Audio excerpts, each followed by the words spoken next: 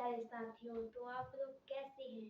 उम्मीद करती हूँ कि आप लोग बहुत ही स्वस्थ, मस्त, जबरदस्त होंगे और अपनी पढ़ाई में बहुत ही ध्यान, मन लगाकर पढ़ाई कर रहे होंगे।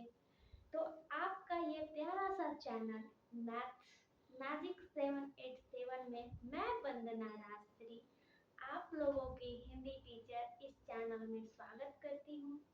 तो आप लोगों को हमने पिछले क्लास में करवक के प्रथम पद पढ़ाए थे। आज इनका अंतिम पद और दूसरा पद करवक का है, जो इनको विश्लेषण के साथ आप लोगों को पढ़ाते हुए, समझाते हुए चलेंगे। तो अब हम स्टार्ट करते हैं अपना दूसरा पद करवक मलिक मोहम्मद जैसी जी के द्वारा जो लिखे गए हैं। तो इस पद में कह रहे हैं मलिक मोहम्मद जैसी जी कि मोहम्मद यही कवि जोड़ी सुनावा, सुना जो प्रेम पीर गा पावा। मोहम्मद जायसी जी कहते हैं कि इस मोहम्मद इस कविता को जोड़ करके एक एक शब्द को जोड़ करके इन्हें लिखे हैं। इस कविता को, इस कृति को जो भी सुनते हैं वो प्रेम के पीर, वो पीर मतलब पीड़ित, दर्द को महसूस करते हैं। इस कृति को जो भी सुनते हैं वो दर्द को महसूस करते हैं। ये मलिक मोहम्मद जी जैसी कहते हैं। आगे कहते हैं जोड़ी लेई रकत के लेई, गाढ़ी प्रीति नैन जल भेई। इस कविता को, इस कृति को रकत की लेई से, लेई अर्थात गोंद, किसी चीज को गोंद से चिपकाते हैं, इस तरह जोड़ करके लिखे हैं, इस तरह गूंथ करके लिखे हैं कि गाढ़ी प्रीति ऐसे लिखे हैं कि प्रीत नैन अर्थात आंखों से जल भर जाते हैं, गाढ़ी प्रीति नैन जल भेई। आगे कहते ओ मन जानी कवित अस कीना, मको यह रहे जगत महत छीना। कवि जी कहते हैं कि इस संसार में मैं रहूं या ना रहूं, मैं रहूं या ना रहूं, लेकिन मेरी कृति, मेरी जस रहनी चाहिए। कवि की यही मानसा है। कहते हैं कहाँ सो रतन सेन जस अस राजा, कहाँ सुवा असी बुद्धि उपराजा। कहते कहाँ है वो रतन सेन राजा, वो रतन सेन राजा कहाँ है वो तो अब नहीं रहे। कहाँ सुवा असी बुद्धि उपराजा, वो कहाँ बुद्धिमान तोता है। कहाँ अलाउद्दीन सुल्तानू, कहाँ राघव जयी किन्ह बखानू। कहाँ है वो राघव, कहाँ है वो अलाउद्दीन सुल्तानू, कोई नहीं रहा। कहाँ स्वरूप पद्मावती रानी, कहाँ वो सौंदर्य, वो रूपमान पद्मावती रानी कहाँ है वो, कोई ना रहा जग रही कहानी। इस संसार में कोई नहीं रहा। वो पद्मावती रानी, स्वरूप रानी, वो अलाउद्दीन सुल्तानू कहाँ रहा, वो राघव कहाँ रहा, वो बुद्धिमान तोता सुआ कहाँ रहा, वो रतन सेन राजा कहाँ रहा। इस संसार में कोई नहीं रहा।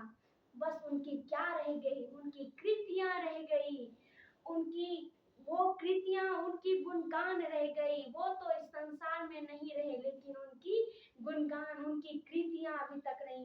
इस जगत में, इस संसार में जो भी मनुष्य जन्म लेता है उनकी मृत्यु अवश्य होती है, परंतु कुछ लोग ऐसे हैं जो जस करके जाते हैं, कोई अपजस करके जाते हैं। जस का अर्थात कोई अच्छे कर्म करके जाते हैं, तो उनके जाने के बावजूद उन जो लोग जगत में रहते हैं उनके बारे में उनके अच्छे गुणों को, उनके अच्छे कृतियों को याद करके उनको याद करते हैं, और अपजस वाले व्यक्ति को उनको गाली दे करके, उनके मरने करने के बावजूद, इस संसार में ना रहने के बावजूद भी उनको गाली दे करके याद किया जाता है। इसलिए कहते हैं कि कोई व्यक्ति जस करके जाते हैं तो कोई अपजस करके जाते हैं, और जस और अपजस में यही अंतर है।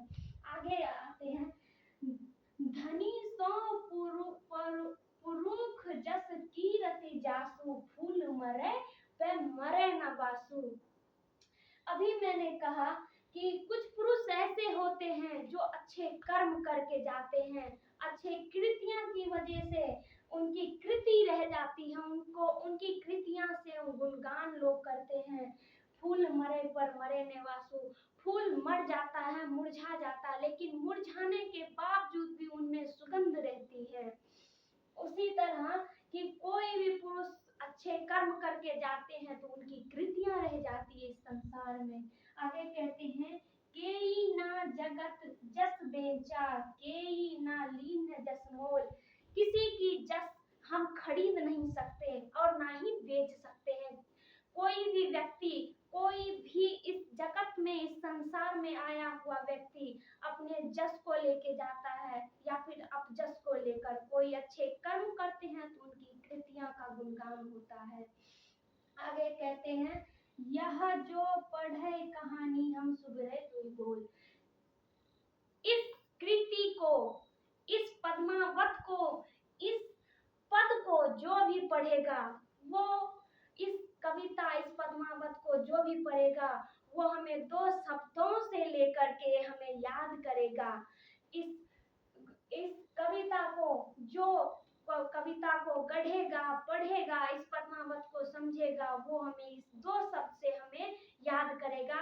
और मेरी इस संसार में गुणगान होगी। मलिक मोहम्मद जी इस कविता के माध्यम से यही बताना चाहते हैं।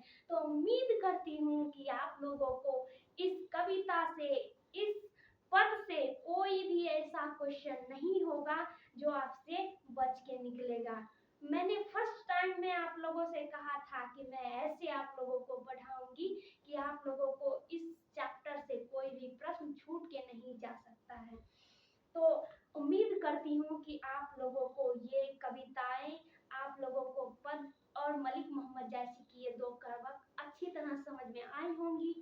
तो हम अगले पद या अगले कविता या अगले चैप्टर के साथ मिलती अगले वीडियो में।